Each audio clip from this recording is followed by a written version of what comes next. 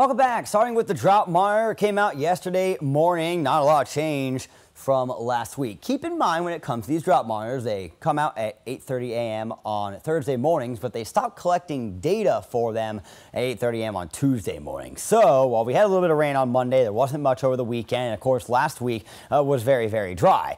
It's been a reversal of that so far this week, and I'm sure next week's drought monitor will reflect that to some degree. Here's the rain we're currently seeing around the region right now. A little bit of heavier rain now in the Jasper and Putnam County area. It's mainly in Putnam and over in Hancock, but moderate rainfall for most of us in Washington County. Not much in the way of lightning at this point. In fact, I don't see any within the region of Middle Georgia. There are some further off to the east. There is some further to the north as well. This storm activity looking a lot more organized around the Atlanta area. I suspect a rain delay in the Braves' future based on that radar appearance there. So here's the rain we've gotten so far today. 1.8 inches in McRae and Milledgeville, about 1.8 as well. Those are the wet spots for us. Cochran about half an inch, Hawkinsville about an inch, Vienna inch and a half. We add in yesterday's numbers, and all right, last 2 days we've got a pretty good amount of rain around the region. The wet spot during that time frame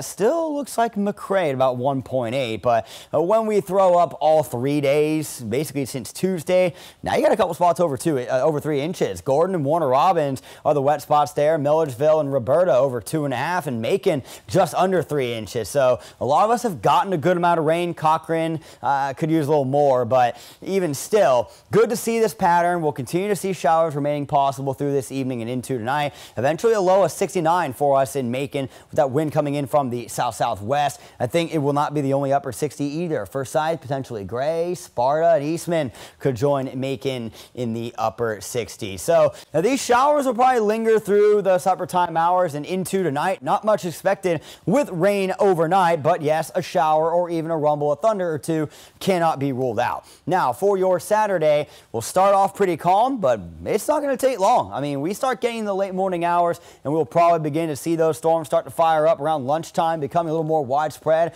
over the later parts of the day. Definitely not going to be a bad one to stay in. It's going to be rough if you have outdoor plans for your weekend. Probably want to put those off till another one. But if your weekend plans included watching the Peter Jackson extended cuts of Lord of the Rings, that's going to be fair game. Saturday night, still a few storms kind of lingering around. Showers could last into the overnight hours. Something I haven't mentioned yet, fog possible all these nights, especially as we roll into the morning after. So here is a quick peek at your weekend planner. I've only got us to 84 tomorrow because of the more widespread storms, and Sunday back to the upper 80s, and we're going to keep it below average. We'll check it out in 10 seconds.